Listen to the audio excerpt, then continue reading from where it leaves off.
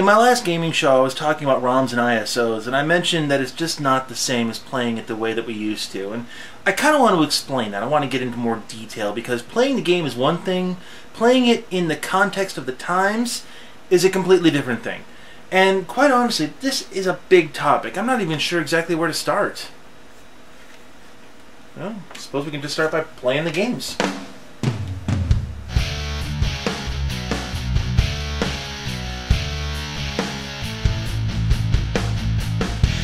What I'm about to talk about really smacks of old jaded person speak. You know the speech. Uphill, both ways, barefoot, in the snow, carrying a random sibling on their back kind of stuff. But it's still kind of true. Without understanding the context of the times these games came out in, you're missing out on why they were as good as we thought they were. The rose-colored glasses, they come from somewhere, you know. Video gaming has been around pretty much my entire lifetime, but just barely. Yes, I just dated myself. Shut up. I can remember going into restaurants and seeing lines forming so people could drop a quarter to play Pong. Pong. Okay, I gotta stop myself here because I gotta explain. This is part novelty factor and part geeking over new technology, because in the 1970s, this looked like this. This is what I mean by context. I mean, I would think that to a modern gamer, the thought of lining up to play Pong seems laughable.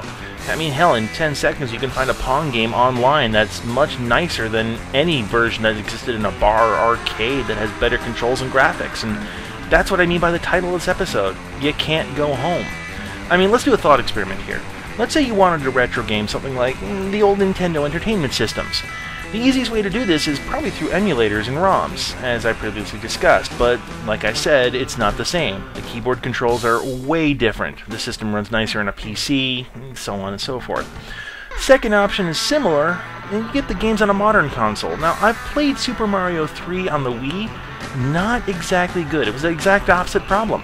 The wireless controllers were way too non-responsive, enough so that it really wasn't that enjoyable to play.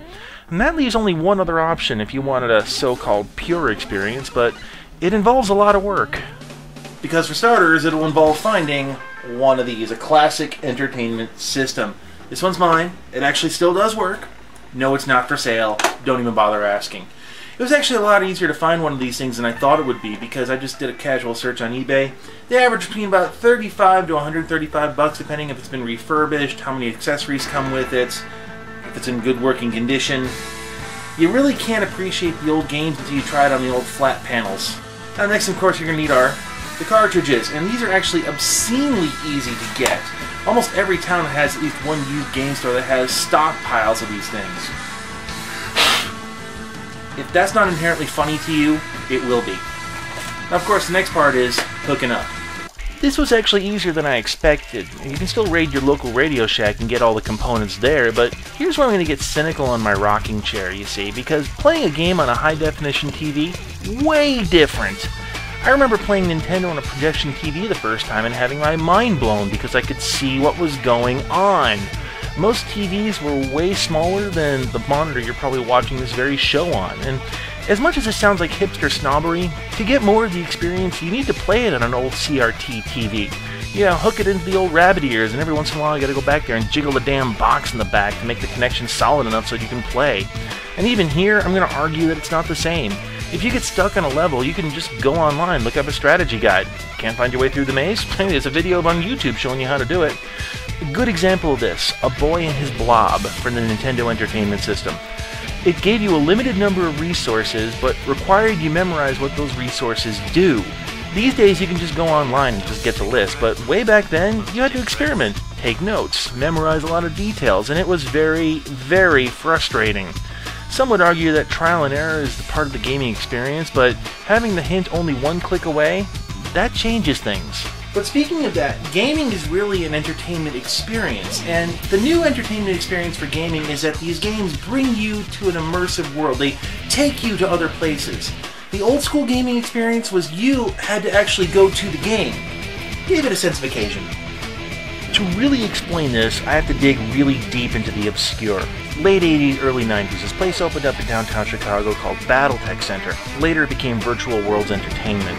I'm showing you some footage from its gameplay, and at its time it was pretty cutting edge, but to really get what we saw in it, you gotta pull back and see the whole context. Strategy wins battles, not raw firepower.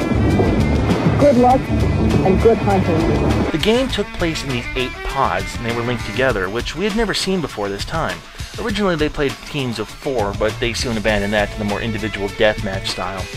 Now, the facility itself was themed to look almost like an underground bunker location, and later they put up pictures and so-called artifacts in the virtual worlds you could visit as they added a racing game to the center, and I actually kind of preferred that.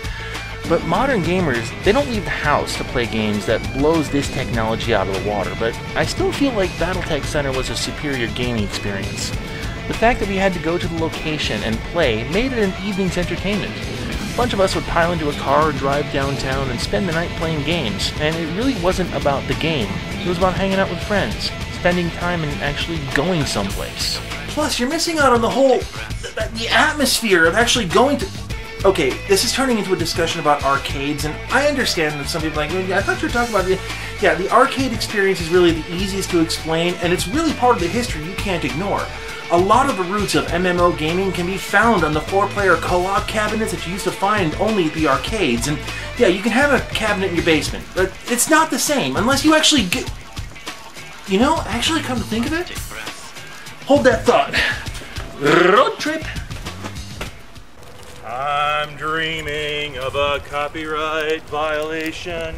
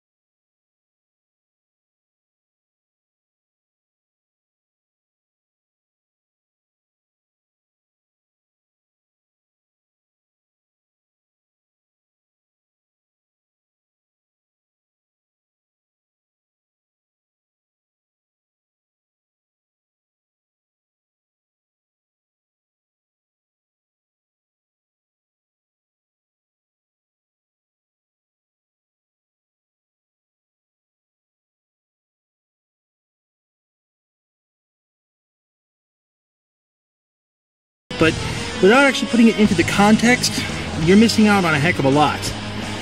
But is that necessarily a bad thing? I ask this because these days, it's simply just not practical anymore. You can get as good, if not better, gaming from your home console than you can in any arcade. I mean, back in the day, arcades seemed to be in every strip mall because it was a superior gaming experience, but now, places like Dave & Buster's are an anomaly. I've called it the adult Chuck E. Cheese, and I stand by that analogy. It's the same formula, the food just got an upgrade. As I was playing, I couldn't help but feel like the rose-colored glasses were... scratchy. It was fun, but it was almost like trying to recapture that old Chuck E. Cheese moment. You know, reliving an old memory in a much more jaded time. I feel like the whole retro gaming experience is much the same way. Modern gamers pick up stuff like Super Mario Bros. And play it for a laugh without really even thinking about how it made stuff like WoW or League of Legends even possible. They complain about how fast you can beat the game and how bad the graphics are without seeing how far it pushed the boundaries at its time. Sometimes, I feel like some of the older gamers are just doing this to recapture that youth and innocence by reliving stuff they saw as simpler. In that case, it's not really as much about the game as much as it's about themselves. That said though, I did turn to you guys on social media and said, do you guys retro game, and if so, why? And I got a lot of really good responses. A lot of people just said they liked the old games, some said they preferred them to the new ones. And one of the most honest answers I got was a fun game equals a fun game, regardless of generation. And this might be why it's a thing. You see, it has nothing to do with the nostalgia goggles. It has everything to do with gameplay. You see, in spite of, or possibly even perhaps because of the limitations, they made really good games back in the day. Granted, Pong doesn't have the same kind of impact it did in the 70s, but actually, in all honesty, I would rather see people playing these old games than letting them fall by the wayside. Keep history alive, let people have a sense of where we've been, give you an idea where we're going. Although one thing to add about arcades, this does not have the same visceral impact of having a pocket full of tokens. I'm just saying.